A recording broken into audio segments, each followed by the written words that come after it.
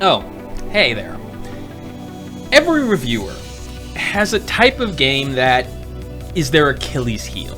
It may be a genre game, it may be, video game donkey and RPGs. It may be a type of story that they have to break down. For me, my personal problem in terms of the reviews that are hardest for me are games that I love. And it's not that I can't talk about them. It's not that I can't break them down. It's the fact that I can't stop talking about them. I mean, besides the exception with the 5-minute review on Valhalla, just look at the games that I have really recommended to the highest degree on this channel. I mean, Chicory being one of the last ones. It was almost an hour long. Persona 5, Danganronpa, the list goes on. And it's always a daunting task to take a game that you love and review it and try to narrow it down. And sometimes you just don't, and you just end up putting the love out there. And sometimes you just don't want to start because you know it's going to be hard. Today we light the candle of one that should have been done a long time ago. But for various reasons, it never got started.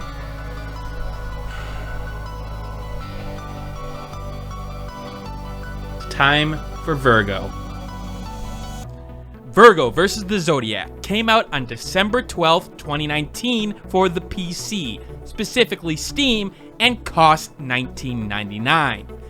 It follows the titular Virgo as she attempts to revive the golden age in this RPG epic that will take anywhere from 15 to 30 hours depending on how much side content that you do. Now, I streamed the entire game on this YouTube channel, hence why this review is in 720p, but needless to say, don't watch it until you play this game. Yes, I'm making the assumption from the start of this review that you're going to play the game, because of this. That's the score of the game. These are the enhancers that are unique to this channel. There is no combination of scores in which you shouldn't pick up this game, most likely right now, even in the most extreme case. Many of my reviews attempt to act as a buyer's guide for the player who may want to take chances on indie games they've never heard of, and maybe at a later date, I will put a shorter version of this review to do specifically that. But needless to say, I say the score to set the tone for this review at the start, as Virgo for me was such a strong experience from head to toe that this review is more about honoring what it was able to do for me and how I felt about it, and still breaking down the game and what it does well from an objective and subjective standpoint, but to really get my feelings out there for the game. Why I think it is one of the best JRPGs that have come out in the last 5 years, and why this game that no one has ever heard of has been criminally overlooked for the last few years. Virgo vs. the Zodiac puts you in the shoes of the Zodiac Virgo, a uniquely proud arbiter of justice in a mission to restore the golden age of the Zodiacs. Consider the golden age like a utopia within Virgo's mind, paralleling the best of what civilization has to offer from her point of view. But in order to do that, she must gather all the crowns of the Zodiac, her fellow astrological signs, and they're not going to give it up easy in several cases. Each of these signs have different characteristics and personalities, which seem to be, in general, associated with normal psychiatric traits of those born under that sign, if you believe in that kind of thing. For example, Aries dives headfirst into situations without really thinking, sort of like the Ram, even when it's not exactly the smartest thing to do. While Libra is literally represented by scales, and is concerned about the balance of things and keeping things in order. Now, like I said, several of these Zodiac aren't exactly going to give up these crowns easily and don't see the world like Virgo does, so Virgo must go and take them by any means necessary. Don't worry, you don't need to know anything about the Zodiac or astrological signs to enjoy this story. However, as this structure just sets up for having a diverse set of characters with specific attributes that are easy to distinguish from one another. Actually, in my first of many tangents of this review, can we quickly talk about the character designs as a whole? The Zodiacs are obviously where I want to start, and the Zodiacs do a great job of characterization through presentation. And I like how all the Zodiac designs are both familiar and yet unique to this game.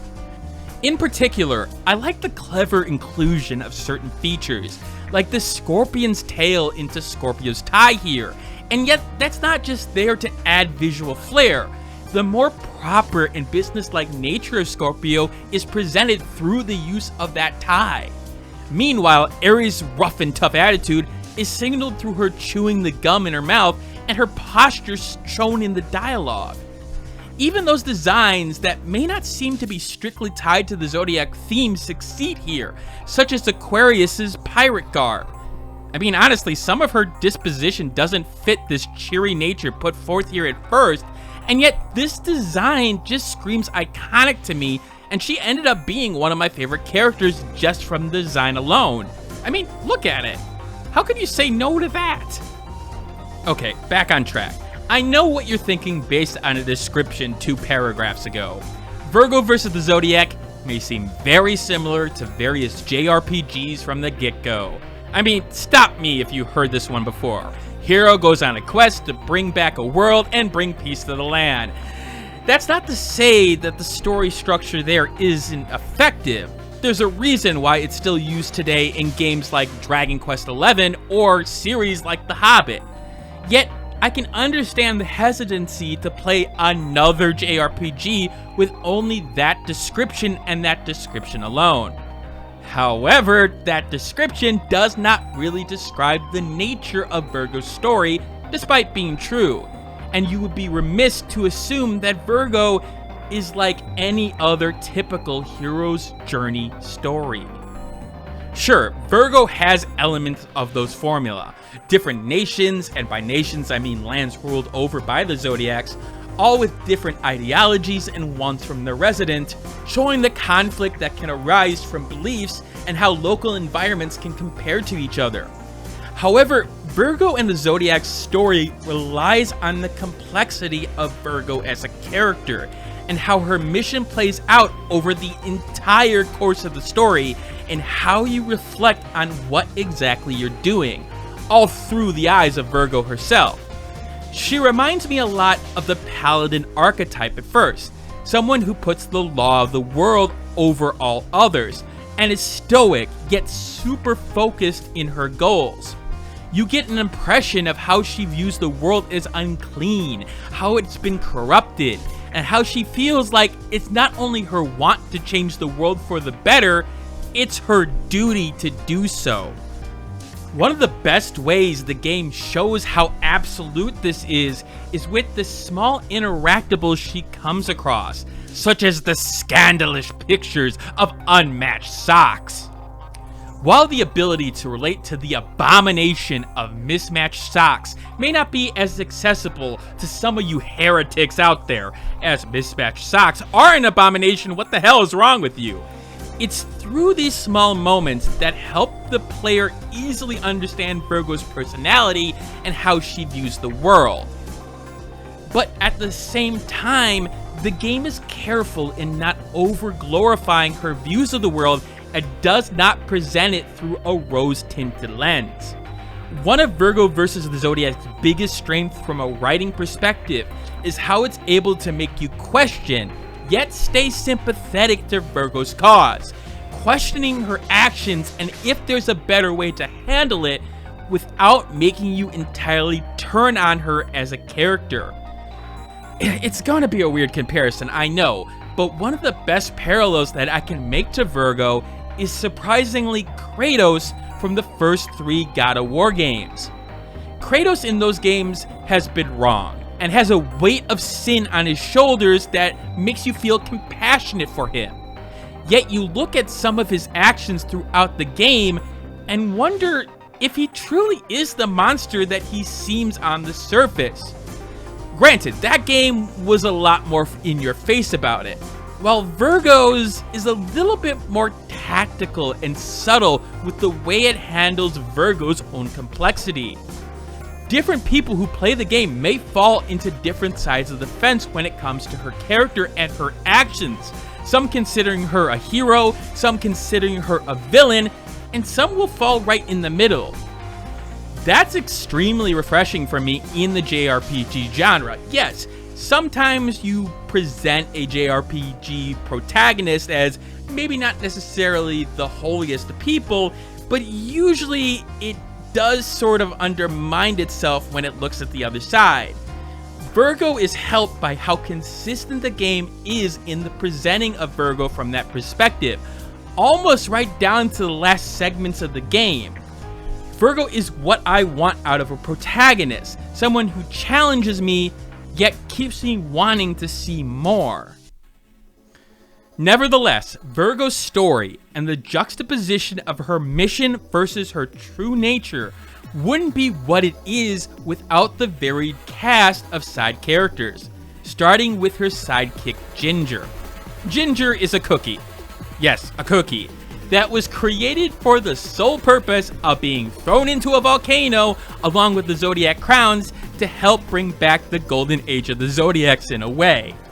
The problem is that in a world that seems to be growing even crazier and corrupted and on the brink, Ginger is one of the shining bright spots in Virgo's life, someone who she's made a meaningful bond with despite him being a lot different than Virgo in a lot of ways. His naivete, yet his upbeat nature sparks great things from Virgo and ends up humanizing her in a lot of ways. It can be seen early on how upset she gets with Ginger disappearing at one point thanks to a black hole caused by Algol. But it's more about how over the length of the game, it reveals how she acts with Ginger and how it's actually hurting her. There's little moments where the realization comes back on what Ginger's fate will be ultimately to her, and the struggles that Virgo deals with is very subtle in nature, and at times it allows her personality to change slightly around him, but realizing that her ultimate mission is still very, very important, and she doesn't see a way around it. That conflict is really core to the nature of Virgo, and quite frankly, it was fascinating to see it play out, especially in the multiple endings. Pisces also acts as a driving force for Virgo, being her love and a prophet that foresaw Virgo's quest. She's almost the complete opposite of Virgo, honestly, carefree, living in the moment, and kind and courteous to everyone around her. It's actually really interesting how the two interact with each other, drawing moments of weakness out of Virgo, almost make you wonder if Virgo is truly who she thinks she is, or it's Pisces really introducing her to places and people that she may not have considered before. It's two opposites attracting, but you could see the love there. And you appreciate those moments and really just want to see it succeed, even if Virgo's quest at times goes into some questionable places. Virgo versus the Zodiac as a whole and a game is filled with LGBTQ romances for Virgo and Pisces and Taurus and Scorpio, and they are done so well in highlighting the strengths of relationships between them that, quite frankly, if you have a problem with it, maybe you should be looking at yourself, because not many romances of this length and quality come out of stories in the video game world, whether it be heterosexual or homosexual. Then there's the side star characters, being the generals and high-ranking warriors for the Zodiacs, which includes Spica, one of the brightest stars of the Virgo constellation. He's your gentleman loyal soldier who's loyal to Virgo and is willing to do anything for her, despite the fact that at times, Virgo wants nothing to do with him. His transformation throughout the game is great as a secondary story, becoming more independent and having his own wants while staying true to his character, and also questioning Virgo's mission, and even directly opposing her while still staying true and loyal to her. He provides a semi-voice of reason without being strictly that. Like many of the other side characters in this game, his story alone is a fascinating study without overshadowing any other story. And that's the key there. These stories are able to run in parallel and you're able to track them, but they don't start to mangle and they don't start to become this abomination of a story. You don't want to see one sub-story come to an end just so that you can focus on the others. You want to see all of them. And it is the consistency of this writing that really just sort of fascinates me, because it hits a lot of different themes and a lot of different character arcs that, quite frankly, some games can't even get the one right. However, the last direct character I want to mention is the other main party member of your group, Algol. Her introduction comes as an antagonist that will get in your way throughout the game, but over time you'll come to rely on her and have her join your party, and she reveals little by little what may be behind her mask and her intentions. A character that both parallels the stereotypical revenge plotline while also breaking tradition and carving her own path in the same breath.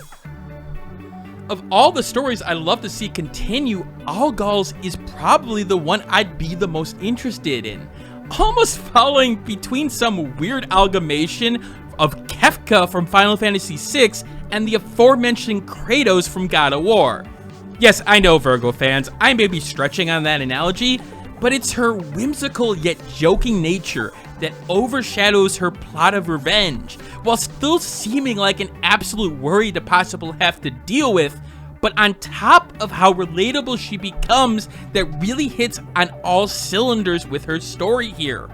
Her backstory, when revealed, takes a common tale within Greek mythology and twists it just a bit, showing another side of it that, quite frankly, I found awesome. This is all done with a character with a goofy nature that you can't help but smile at. Speaking of which, I haven't mentioned the humor. I know, humor is subjective, and it's hard to say if this humor is going to be for you. But man, at almost every stage of this game, I was laughing or sneering at a joke. Now, of course, the game has the highest version of humor known to man, puns, and it has it in droves. I mean, there's a lot of puns. A ton of puns. No, seriously, there's a lot of puns here. Oh my god, there's a lot of puns. Seriously, some segments of the world may consider the amount of puns here a war crime, but I want to say they're done well. I love it. Never has a game made me actively search out every interactable within the game just to see what is the next thing on the plate. But it's also the fact that the humor comes from so many different directions and different styles of humor. Relatable humor about the number of tabs that you have open on your browser right now? Check. Weird humor like Siamese cake slices? Check. Comedy slapstick revolving around Algol wanting to eat ginger when they first meet? Yeah, it's there too. There's something for everyone, but it's around every corner.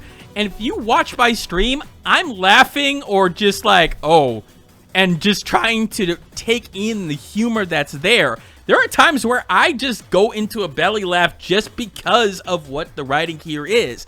And whoever wrote this game, I think it was Munana, damn, you have a lot of skill in a lot of different areas, and quite frankly, it's a little bit scary. But what that humor does is not take away from the seriousness of the main story, but provides levity, especially when you considered how it's presented through Virgo's eyes. Virgo at times views this world as a joke, and the creatures within as a joke, but it's able to still get humor across without making it feel like her character is inconsistent. Many stories have this problem, especially with the self-insert protagonist, where you have humor from a serious protagonist, And Virgo is probably the one that handles it the best without sacrificing the character ever. Yes, I said ever. I don't say that lightly, but quite frankly, I don't think some of the more award-winning authors in both the humor and serious and dramas could balance the humor of this game without taking away its emotion in the process. That is something that this game does magically, and the emotion will flow. Look, I'm so confident that you'll find something in the humor that you'll enjoy here that I'm just going to splice together several stream segments. And I'm betting you that one of these will make you laugh. I mean, just take a listen.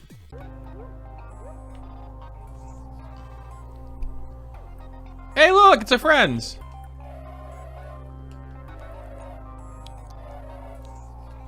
I'm a sorcerer, so naturally I have an invisibility cape. Of course you do. And I can be very stealthy given the chance.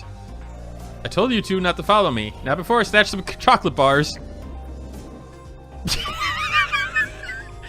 You could not escape your companions, even if you try really hard to. I found your trumpet. I do not know how to play music, heretic.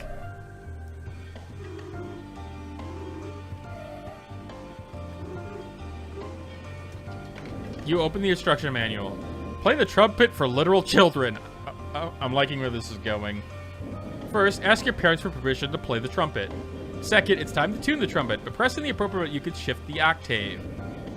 It has a heavy cooldown modifier. Spend your music points from your boost meter to speed up the process. Oh, is this a rhythm game?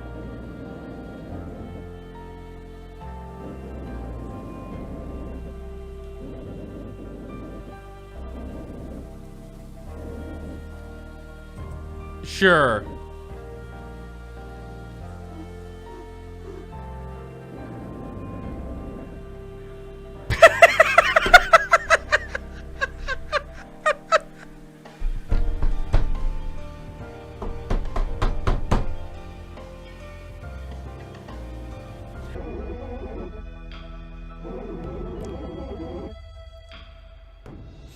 Oh! She traveled there to the end of the famine in our realm that forced the cows to delve into cannibalism. Oh, cannibalistic cows.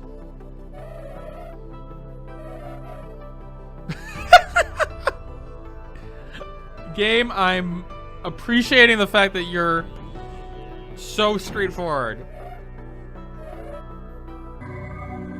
Oh, safety room. Devoid of faith, unclean, infidel, poor fashion choices, turtle. Wow! Oh, I am Virgo. Not only faith, unclean, and infidel, the fact that it actually brings out fashion choices in the choices. Coming back around, on this channel, I have always emphasized that some of the greatest games that I have played have one thing in common. The games like Valhalla, The World Ends With You, Darkest Dungeon, they all get the small details over the long haul of the game right. In Virgo's case, it's small things like the consistency yet growth of characters over the game, but it's also how well the secondary interactables also reinforce the main story. There's no throwaways here, at least for the whole in terms of the story. Whether it be a simple book telling you a small story that foreshadows a later game plot point, or how it reveals a small character trait before you meet that character, it's clear that the game had a lot of passes through the script throughout the adventure, because there's not really one place that stands out in terms of being weird or strange or a little bit off kilter. It just works. I want to emphasize that the humor and the story is well complemented by the game's presentation, in particular with the music. The game's music selection is done by Electrobear, and I'm just going to suggest that you buy the OST. The emotion that Electrobear gets out of the various styles that he does, reflecting past music from games such as Lisa, shantae, and even sea shanties is, well, quite astounding. It's a game where specific music pieces will bring back game memories, such as a particular gruesome boss fight or a particular moment of intrigue. The music also feels like a soundtrack, keeping a style among the different genres that it works with, from vibes of horror to high-energy action clashes. And the title screen music is one that will embed in my memory forever. That distinct piano sharply cutting against the cymbals of a drum in the background. Man, just take a listen, please. Then go buy the game and the OST.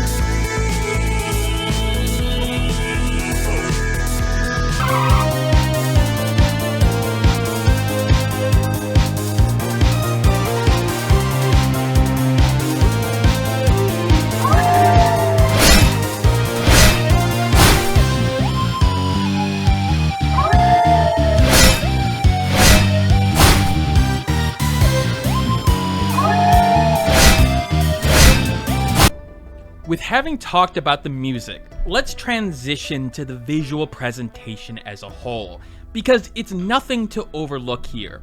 Sure, many people may look at the surface of Virgo and the Zodiac and see a pixel JRPG that doesn't have the sharpest of visuals to work with. To a certain extent, that is correct. The game does have a roughness about some of the in-game models, but in the same breath, it definitely doesn't hold the game back in any sort of way. Like I will mention later on in the gameplay section, part of this has to do with the focus on animation on almost every level. Sure, I can point to the weapon animations, more on that later, but I want to focus on small things, like just riding around on your alpaca. There's something natural about how Virgo mounts her golden alpaca and just hops around the map. What surprised me about the presentation was that there were moments that definitely stood out from a visual standpoint, and without breaking the immersion of the world. I mean, moments like seeing yourself run along a set of mirrors does resonate even with a lower polygon count. And for all the realism that other games' worlds go for, there's something about seeing Virgo hop along a contraption of death that feels right here because it fits within the world constructed more than anything else. It doesn't stand out, it doesn't feel like it's from an uncanny valley. And some games really have that problem, especially in the pixel JRPG genre. So after having spent 30 minutes talking about the story and a little bit of the presentation, you're probably wondering about the actual game part of the game, right? So let's now talk about the gameplay, aka the combat. It's a JRPG, so you should know what you're in for. Turn-based combat, where one character attacks another character in a series of turns. But that's where things start to bend from the formula. Each of your characters has a series of 8 pieces of equipment that they have equipped at one time. 4 purges and 4 counters.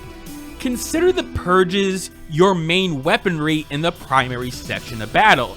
These are your swords, your maces, your guns, your bows, your cannons? Oh, okay. When it comes your turn, you can select any of the 4 purges, which usually consists of 3 offensive abilities in the north, south, and west slots, and 1 defensive option in the E slot. The E slot may be the most important mechanic in combat, and yes, I'm telling you that guarding yourself is the most important ability in the game. Many of you JRPG fans are probably sitting there scoffing at me. What kind of game has defense as the most important skill? This isn't a card game, this isn't football, this is, well, a JRPG. And I get it, but hear me out. Guarding yourself will activate your purity stat. Consider purity an armor over your typical health bar, which will absorb the hits that your normal hearts, aka health, would take. But what's important here is when taking a hit while having purity up, you have the ability to counter. This allows you to attack your enemy when they attack you, even if it's not your turn. Now be wary, the enemy can do the same thing to you as they have the same systems available, but it opens up a lot of options and possibilities in combat, especially when you combine it with multiple party members. All melee attacks will have to hit the frontmost player in the row, in most cases at least, and while ranged attacks can avoid it, melee seems to do more damage in general, although there are obvious exceptions to this. And thus guarding in the front row becomes a real want, or having to deal with the other team and guarding in the front row. Nevertheless, this opens up strategy elements, as balancing doing damage, managing your party, and managing your weapons and its statuses and elements is vital, especially at higher difficulties. And that guard doesn't necessarily stay around. A couple of turns, you're going to have to guard again, and even if you have purity up at that time, it won't matter. Luckily, it's easy to tell whether your person is guarding even if they have purity from another stat or have purity saved over. The fact is, you're using your shield. On top of that, the game uses a timing hit system seen in other games such as Indivisible, but there's some unique elements about this one. First of all, it does completely depend on the weapon that you're using, and that shouldn't come as a surprise. It's usually based on the character and their sword, mace, and whatnot. But the templates for different kinds of gauges and little mini games are present here in order for you to do a perfect attack. And it's also weapon animation specific. You can get anything from a perfect by hitting that mace at the right time to do maximum damage, or you can get an overcast that will hit your enemy with limited damage, but also will hit you if you didn't time it right. And this is where the difficulty choice comes into play at the start of the game. Normal gameplay? Yeah, you get the gauges and all, and it's mostly easy to follow. But on the hardest mode, you gotta do it all based on the animation and timing, which ups the challenge significantly, honestly, especially as you get new weapons and have to adjust to new animations. Even having played through the game once, starting the next difficulty was a challenge. I died a lot in my second run through, and the fact of the matter is, it actually added a lot to the game just with that choice alone in terms of the difficulty and the scaling. Actually, taking a small tangent here, can we talk about the combat animations as a whole here? Like, not only is the animation unique for the weapons, they are actually complete and significant. It's not just a, okay, I'm waving my sword around. Like, seeing the cannon go off and the explosion that appears on screen while showing the blowback on the firing on the cannon. That's what I want to highlight. It's not just the big old explosion and the visual flair from the attack. It's the small details of little things like the cannon rolling back that I really love here. Hell, look at this cello playing buffalo and how he turns his cello bow into an actual bow to fire upon us. I mean, the pun there is obviously clever, but it's the fact that the animation is so crisp. It feels so natural, even though I'm not exactly sure how it turns into it at times. This adds a real life to combat, as even different characters taking the same weapon seems to feel different over the game's life. And you actually just want to see what weapons do when you get one, even if they're not as strong as others you have. It really gives you reasons to just keep on exploring and finding the next animation. Back to the focus on combat, however. One of the first things that struck me about the combat is how each encounter actually made a difference, especially in the first 2/3 of the game. each encounter isn't a cakewalk at the normal difficulty, as rushing through combat and clicking without thinking will get you killed, especially if you don't use defense, and especially at higher difficulties. I'm talking dying 4 or 5 times on a single enemy that normally would just be a trash spawn. Granted, those looking for an easier time will have it at lower difficulties, but what I love about the combat here is the strategy involved and how our loadout makes such a difference in your strategy in each battle, but in addition, how easy it is to get an understanding of what you may need before going into a fight by paying attention to small details. For example, let's take the rock, paper, scissors type system in the game for attacks, dealing with versatility / mutable, green, patience, red and pink, and ambition, purple. One of the things you may notice early on in the game is that many of the enemies have these colors in their basic presentation. That's sort of your hint to take advantage of in case you didn't make the connection. You know, they're telling you what their rock, paper, scissors color is. Beyond that though, even combination enemies can fall into the category if you're paying attention enough to the certain types of colors they have. Now, I will emphasize that one thing the game may do that could turn certain people off to it, especially newbies to the JRPG genre, is the actual hidden complexity of the systems present here, specifically all the systems present here. Many people may choose the normal difficulty here at first, I mean, that's the standard difficulty, and they may get overloaded with all the little information present here in each of the subsystems. I mean, so far in this review, I've mentioned the rock, paper, scissors system in the colors, the purges and the counters and how that's a little bit different, and the timing hit system. But on top of that, you've also got a stat system that you see in other RPG games. Okay, that's not a problem, Dragnix, right? But it doesn't necessarily use the standard naming convention seen in those other games, and that's just a little bit more information for a person to process. Then there's what I'll talk about next, but I want to get to this point. When you combine all the systems together in one, it can be a lot of information, especially for a new player to take in. Granted, the game does do a decent job of introducing these mechanics at a pace that you can take in, but frankly, I can see people almost getting too lost in the configurations available here, and those that are not veterans of the genre may just decide to stop playing after a little bit, even if they are interested in the story and other elements.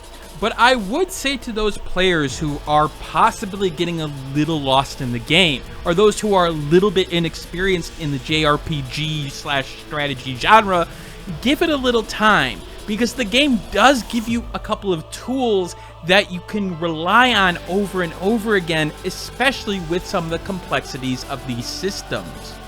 First is the fact that each weapon has its own unique ability that distinguishes it from others, and these aren't just limited to small increases in stats.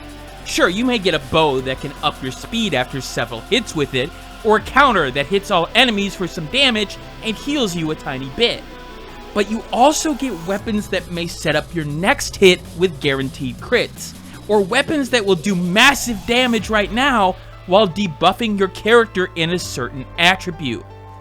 With the fact that you only have 4 purges and 4 counters to put these weapons into, and 3 party members at the most, you need to balance a character's strength with versatility to handle a wide amount of enemies, especially considering the RPS nature of the color system. You could try to make Virgo a defensive powerhouse, but what do you do with enemies that could change your position, or ranged enemies? Do you have Spica have a move that can move around your team members to help yourself out?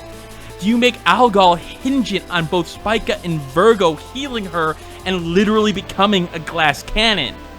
Many games have the ability to experiment with loadouts and whatnot, and Virgo isn't unique in that way. But something about Virgo's system felt different for me. It's a system that allowed you to experiment while really still punishing you for not trying to be flexible, unless you're really good at managing the limited resources you have in that case.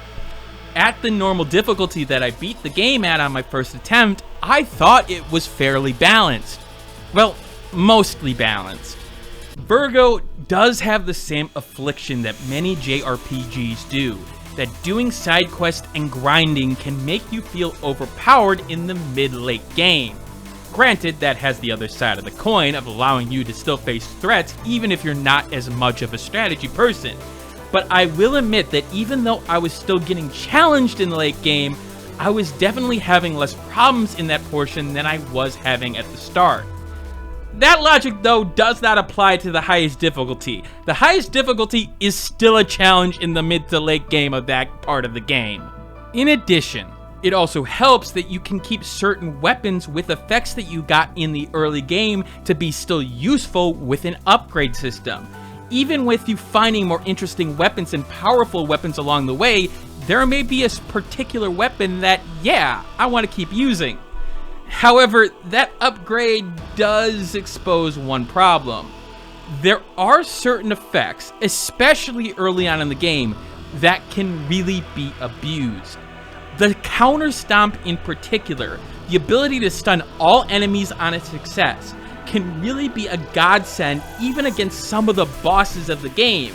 And I do think that introducing enemies that were immune to that stun effect, more often at least, could have helped balance against it, especially on the normal difficulty. I kept on going back to it over and over and over again, even when I found a more powerful weapon. The stun was just a little bit too much. What I also loved about combat here was that the game recognized that variety in the types of altercations that you faced means a lot, even if you're facing the same enemy for the 10th time. Specific fights having extra people show up, or having chain battles one after another without a prompt to indicate it was coming, pushed the game to the next level for me. Yes, I had to be prepared for anything going into a fight, because who knows what could happen. Granted, it doesn't go overboard on this. It pushes you to the, oh crap, I just attacked at the end there, and now 3 more people showed up, I should have healed point. But the game never put me on tilt. I never felt like I was not in control, and yet I was feeling challenged. A great example of this is the boss fights, especially against the other Zodiacs, which do a great job of challenging you, but putting a twist on the formula during that time as well.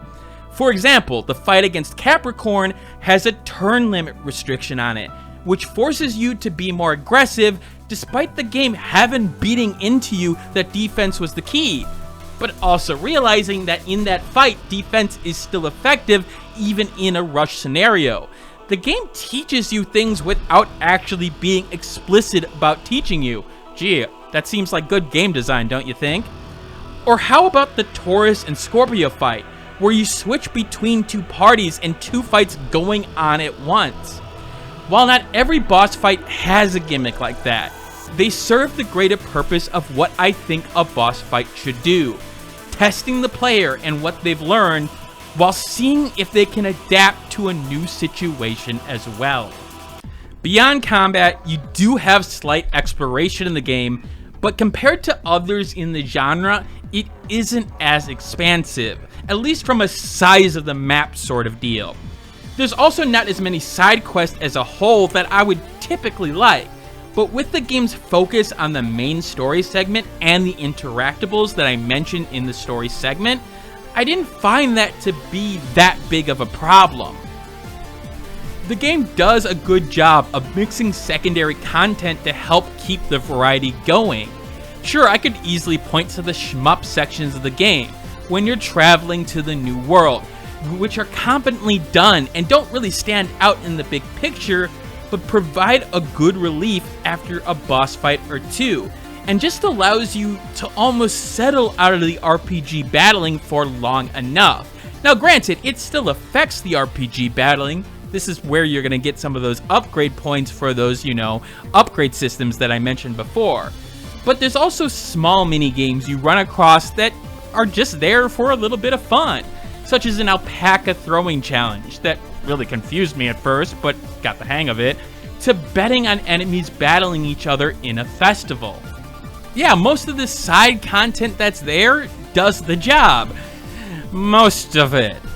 Then there is this puzzle. The puzzle that probably took 2 points off this review as a whole. My god, look, I feel like when it comes to puzzle games, I'm probably in the top 25% of players in being able to solve a puzzle. I don't need to look it up, I just need to take a little time. Sure, I'll come up with a blank now and again, but I also can get through it without a walkthrough constantly. And I didn't look up a walkthrough in this case, but Jesus Christ, this took me forever. Like, I don't know what it was about this puzzle. It's a slide puzzle I should have been able to figure out, but I spent over 20 minutes trying to do it. I mean, could the game step in and maybe help me at a certain point? I mean, it could, but there was a hilarity to seeing me on stream literally losing my mind trying to figure it out. I don't necessarily want to hold it against the game for this puzzle, but I keep on looking at it and I keep on being like, yep, nope, that's a point off, that's a point or two off. Wait, should one puzzle really be able to cause this? Not really. Yet I'm so frustrated even watching this footage that, yeah, no, I'm gonna take a point or two off. In the end, Virgo vs. the Zodiac isn't just the game that should be on your list to play. And really, if you've watched this review this long, you've probably already played it and wanted to hear me talk about it, because, Jesus Christ, it's an hour-long review. But for those of you who are still here who haven't, it is exactly the best of some of what gaming as a whole has to offer. A formula of gameplay that is tried but true, but adapts well to its unique settings to give power to the player. A fabulous story that tugs on heartstrings, but also doesn't oversaturate itself with seriousness, but is able to keep the emotional beats going nevertheless. It's all complemented by a fantastic soundtrack, visual animation design and detailed artwork that helps sell the moments of the game, and a game that, even though I was concerned that if I went back and looked at all the footage, would it be as good as I thought it was the first time around? That fear dissipated as I realized the impact the game had on me when doing this review, the laughs I had, and finally actually having an answer to the question, if you had one game you could re-experience for the first time, what game would that be? That question was always tricky to me because I figured the moment you played a game played as much of a part as your enjoyment of the game to begin with. Sure, the game is good, but sometimes you're in the right state to take in a game. Valhalla was a game that I loved, but I wouldn't be a good reviewer to not accept the fact that I was in an emotionally receptive place when I played that game in terms of its themes. This, however, for Virgo vs. the Zodiac, I don't think that would be true in terms of my emotional state. Regardless of what it was, I think I would love it. And that's why Virgo vs. the Zodiac gets a 97 out of 100, making it a must-buy, even if you're hurting for cash.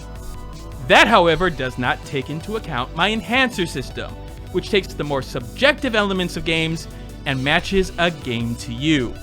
If you fall strongly into one of the following categories, add or subtract that score to the main score.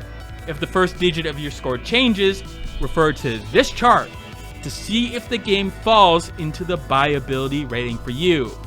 Yes, in my system, modified scores can fall over 100. That just means, for God's sakes, buy the game if it's over 100. I mean, seriously, look at this. For a masterpiece. Buy it now.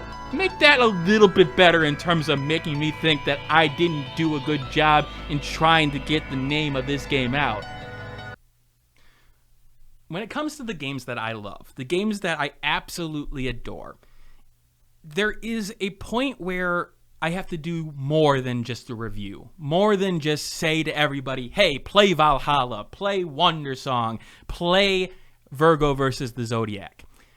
I want to remind myself of the experiences, the story, the elements involved, the gameplay, everything, almost on a daily basis. it helps to remind me of why I do things like this channel. Yeah, I'm not a big YouTuber. Yeah, I have a job that's steady and I could be focusing on that entirely, you know, reading outside of work, everything like that. But it's this channel that lets me share these experiences that I have with you all and hope that you have the same experience. Artwork is one way that I remind myself of those experiences. You see some of it on the back wall here, but I have a little shrine. Maybe not a shrine, maybe an area in which indie games that I loved are highlighted. Now, in this case, this is a little bit awkward because, unfortunately for Virgo versus the Zodiac, it doesn't exactly have the greatest of merchandise. I mean, I don't know if they have a lot of merchandise out there, to be honest with you. I've looked on Etsy, whatnot. But luckily, I have a solution because I have a wonderful, wonderful girlfriend who decided to make something for me when I played the game. Adorable, isn't it? Fantastic. This reminds me. This reminds me of everything Virgo, all the experiences, all the emotions did to help me just enjoy life. And so it goes up with everything else on this wall that is behind the actual webcam, but you'll get a picture of it at the end. Anyway, that's it for now. I don't know what I'm reviewing next. I don't know what games I'm playing next. I am streaming over at Twitch 3 times a week, you know, indie games that you haven't heard of, my backlog in terms of a roulette. But what I want to hear is from you. How can I make these reviews better? Granted, this is probably not the review to do that in because this is a special review. I'm considering, well, look at the length. But what more do you want to see from this channel? Anyway, that's it for now. And as always, keep on gaming.